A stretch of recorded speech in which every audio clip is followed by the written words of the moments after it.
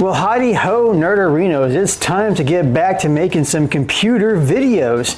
And I thought I would start off by doing not like an unboxing video essentially, and a product review video. That's what I wanted to do. This little bitty, tiny little bitty box that's in front of me is a lot of metal. But this is the Minisforum MS-01 computer.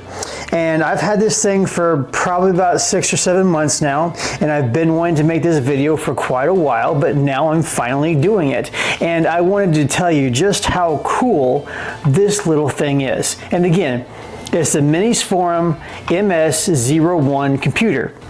For right now, as I'm looking on Amazon before I did the recording today, these are going for roughly around $420. Now, when they first came out, this was a little over $100 to $150 more than what it is now. And the configuration that I got was, I got the bare bones model with no RAM and no storage, but it came with the i5-12600H, which is a 12-core, 16-thread processor, the i5-12600H.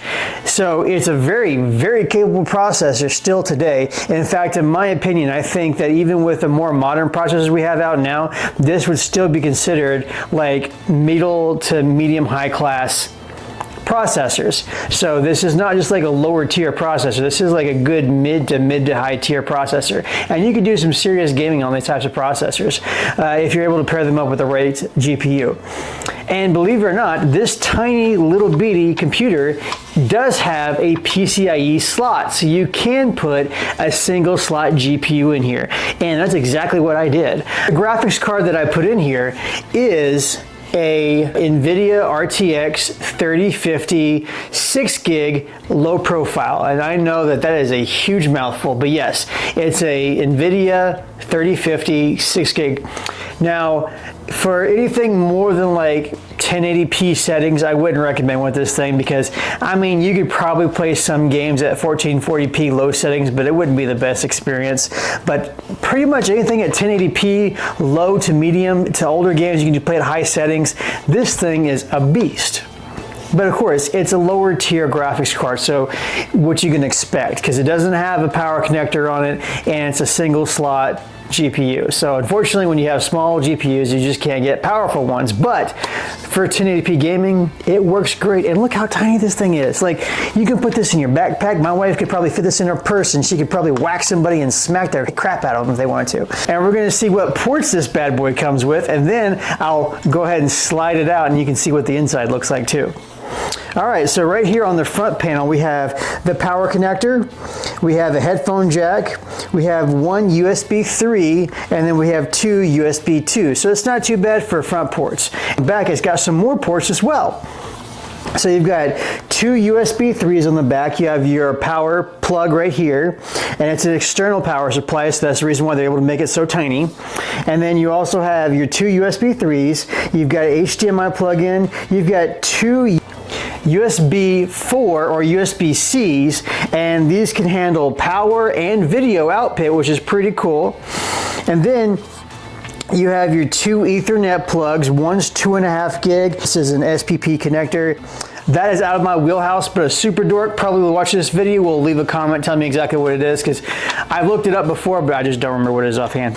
This thing was really kind of made to be like a mini home NAS system, because it's got a spot for 3 M.2s, and when I bought it, it even came with an adapter for a 2.5 inch. So you can put a lot of storage on this thing, and that's why it was built, and it has the two Ethernet connectors right here. It's because it's meant to be like a tiny home server. But of course, you don't have to use it as a home server. You can use it as a mini gaming PC or like a travel PC, which is the reason why I bought it and the reason why I love it and I wanted to play with it.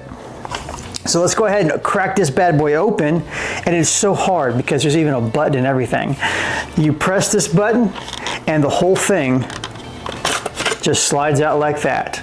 That is pretty neat. This whole case is made out of aluminum, which is really, really nice. And it's perforated, so it's got lots of holes for plenty of airflow.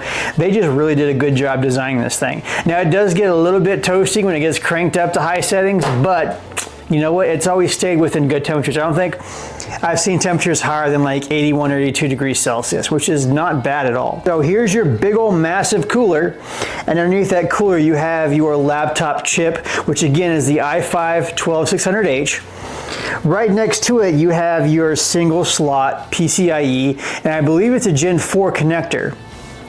So the graphics card you plug into it, you can plug in modern GPUs that are single slot and it'll have good speeds on it, which is really nice. Then on your back side here, underneath this little cooler, you've got two things. You've got your RAM, and then you've got your M.2 slots. There are 3 M.2 slots on this PC, because again, this was made to be like a home NAS system where you can put lots of storage in it. I believe if you were willing to blow the money on it, you could probably put upwards of about 24 terabytes of storage in this little bitty computer, which is just dramatic. I think I only have like 500 gigs in here at any given time, but you could put extra if you want and go 1 terabyte, 2 terabytes, 4 terabytes, whatever you want to go. But for everyday use, you don't really need that much storage. If you're just using it as like a mini PC or a little bit of gaming and stuff, 1, 2 terabytes probably, maybe 4 terabytes if you want to put a large library on there, and that's pretty much probably all you're really going to need. And then on top of it, you've got this little bitty cooler, which will cool down all of your M.2s. So your M.2s are not going to be running hot on this thing at all. We'll show you the benchmarks that I ran with it and then what the scores were. So I ran 2 benchmarks on it. I ran the Unigen benchmarks. And then in, let's see, where's it at here? So in the Unigen Valley benchmark, which came out in like 2013, 2014, it scored 4,257 with an average FPS of 101.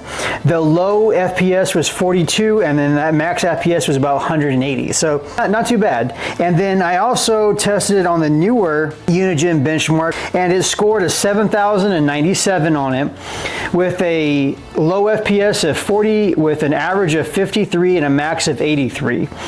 And that was at 1920 by 1080p. So that's still not bad. Every game I've played on here with the 3050, most of the newer games you can play at 1080p low to medium settings and get decent FPS around 60.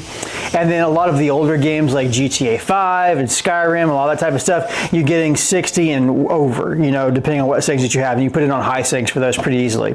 So this will play pretty much any game at 1080p. You just might have to crack some of the newer ones down to lower medium if you want to get some higher FPS on it.